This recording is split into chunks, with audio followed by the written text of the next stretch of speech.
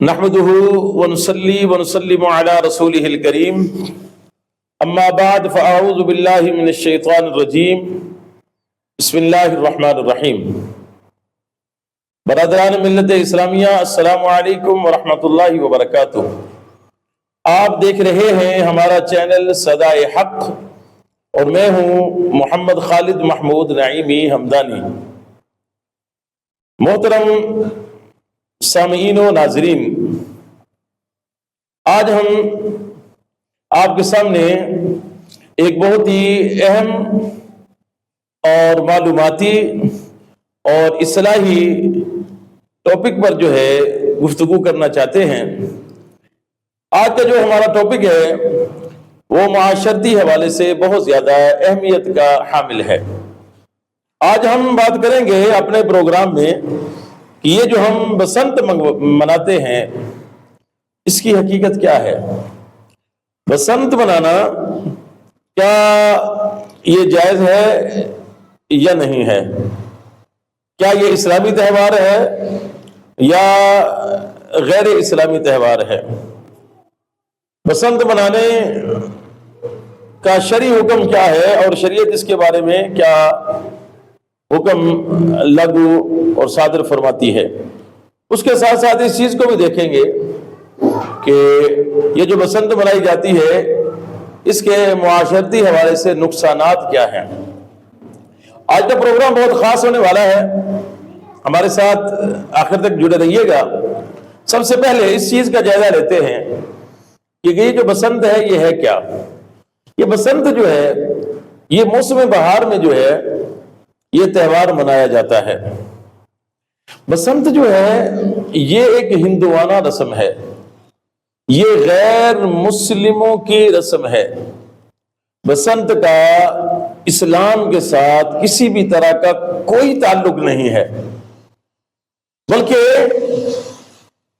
یہاں تک کتابوں کے اندر لکھا ہوا ہے کہ یہ جو بسنت ہے یہ ہندوؤں نے شروع کی، اور اس کی جب ابتدا ہوئی تو وہ حقیقت رائے جو ایک ہندو تھا جس نے اورنگزیب عالمگیر کے دور میں وہ حضور نبی پاک علیہ الصلوۃ والسلام کی شان میں گستاخی کی تھی، اور جرم ثابت ہونے پر اس کو پھانسی کی سزا دی گئی تھی، تو اس کو جناب وہ خراج تحسین پیش کرنے کے لیے اور اسی کی یاد کو منانے کے لیے ہندوؤں نے یہ بسنت کی رسم وہ شروع کی تھی۔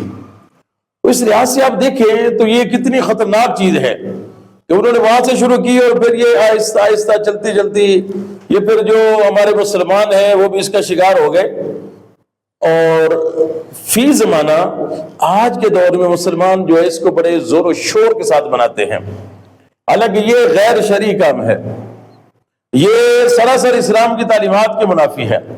اللہ کے نبی صلی اللہ تعالیٰ علیہ وآلہ وسلم نے فرمایا، ذرا توجہ سے دیکھیے، غور کیجئے گا میرے سامعین۔ اللہ کے نبی علیہ الصلوۃ والسلام نے فرمایا کہ جو جس قوم کی مشابہت کرتا ہے قیامت کے دن وہ اسی کے ساتھ اٹھایا جائے گا۔ ہمیں جائزہ لینا ہے کہ کہیں ایسا تو نہیں کہ ہم بھی وہ ہندوؤں کی مشابہت کر رہے ہیں، اور ہم وہ غیر مسلموں کے تہوار منا رہے ہیں، اور کل کہیں اللہ نہ کرے ایسا نہ ہو کہ ہمارا حشر بھی وہ ہندوؤں کے ساتھ ہو، اور ہمیں بھی بروز محشر وہ ان کے ساتھ اٹھایا جائے، تو یہ کتنا بڑا وبال ہوگا۔ ہمیں اس چیز کے اوپر غور کرنا ہے اور اس چیز کی فکر کرنی ہے کہ کہیں یہ ایک ذرا سی انٹرٹینمنٹ کے لیے، ذرا سی تفریح کے لیے کہیں ایسا تو نہیں کہ میں اپنی پوری آخرت اس کو داؤ پہ لگا رہا ہوں اور میری پوری آخرت برباد ہو رہی ہے۔ تو یہ چیز سمجھنے، پہلا پوائنٹ جو ہمارا ہے کہ یہ بسنت یہ غیر اسلامی تہوار ہے، یہ ہندوؤں کا تہوار ہے، اسلام کا اس کے ساتھ تعلق نہیں ہے۔ اور پھر سب سے بڑی چیز یہ ہے کہ یہ بسنت اب تو یہاں تک ہو گیا ہے کہ سرکاری سرپرستی میں باقاعدہ تہوار کے طور پر اس کو بنایا جاتا ہے۔ اس میں نقصانات کتنے ہوتے ہیں۔ پیلے رنگ کے کپڑے پہن کے مرد و خواتین کا مخلوط سسٹم بنتا ہے، بے پردگی، بے حیائی، فحش گوئی اور ناچ گانے، یہ سارا کچھ جو ہے یہ اسلامی تعلیمات اور اسلامی معاشرے کے خلاف ہے۔ یہ ساری چیزیں جو ہے وہ اللہ تبارک و تعالیٰ کے غضب کو دعوت دیتی ہیں، اللہ تبارک و تعالیٰ کی ناراضگی کا سبب بنتی ہے۔ میرے محترم سامعین و ناظرین، اللہ تبارک و تعالیٰ نے مسلمانوں کے لیے کتنے پیارے تہوار رکھے ہیں۔ عید الفطر کا تہوار رکھا ہے، عید الاضحیٰ کا تہوار رکھا ہے، عید میلاد النبی کا تہوار رکھا ہے، اور پھر اس کے ساتھ ساتھ جو ہے شب برات کی مبارک رات عطا کی ہے، پھر لیلۃ القدر کی رات عطا کی ہے، رمضان کا مہینہ عطا کیا ہے، ربیع الاول کا مہینہ عطا کیا ہے۔ یہ کتنے ایسے اسلامی تہوار ہیں کہ جن کو ہم اسلامی انداز میں بہترین طریقے سے منا سکتے ہیں اور اللہ تبارک و تعالیٰ کی رضا اور اس کی خوشنودی بھی حاصل کر سکتے ہیں، اللہ کے رسول علیہ الصلوۃ والسلام کی خوشنودی بھی حاصل کر سکتے ہیں۔ لیکن جو لوگ اس کو اس طریقے سے مناتے ہیں، یاد رکھ لیں کہ وہ اللہ تبارک و تعالیٰ کے حکم کی خلاف ورزی کر رہے ہیں، وہ اسلامی تعلیمات کے خلاف جا رہے ہیں، اور جہاں یہ شریعت کے منافی چیز ہے وہاں یہ چیز بھی سمجھنے کے لائق ہے کہ اس سے دنیاوی نقصانات کتنے ہوتے ہیں۔ کتنی سخت ڈور بنتی ہے، شیشے کی، کیمیکل کی برائی ڈور ہوتی ہے، جس سے کتنی جانوں کا ضیاع ہو جاتا ہے۔ جو بے قصور لوگ بیچارے جن کا قصور ہی کوئی نہیں ہوتا، جو اپنے کام جا رہے ہوتے ہیں، وہ ڈور کے گلے پہ پھرنے کی وجہ سے جو ہے ان کی موت واقع ہو جاتی ہے۔ اور پھر اس کے ساتھ ساتھ جو ہے پتنگ لوٹتے ہوئے، پتنگ چلاتے ہوئے جب لوگ جو ہے نا ان کی اموات ہو جاتی ہیں۔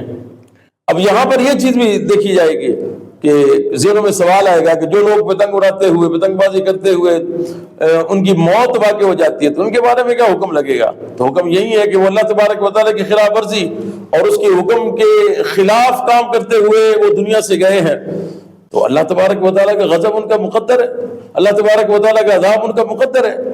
اور اسی طرح جو لوگ یہ پتنگ کی ڈوری پھرنے کی وجہ سے جن کی موت واقع ہو جاتی ہے، تو جہاں اللہ تبارک و تعالیٰ جو ہے وہ ڈوب کر مرنے والے کے لیے، جل کر مرنے والے کے لیے اور دیگر حادثات میں جن کی اموات ہو جاتی ہیں ان کے لیے اللہ تبارک و تعالیٰ جو ہے وہ ثواب کا درجہ ان کو دیتا ہے، تو ان کو بھی جو ہے اللہ تبارک و تعالیٰ ضرور ثواب کا درجہ دے گا۔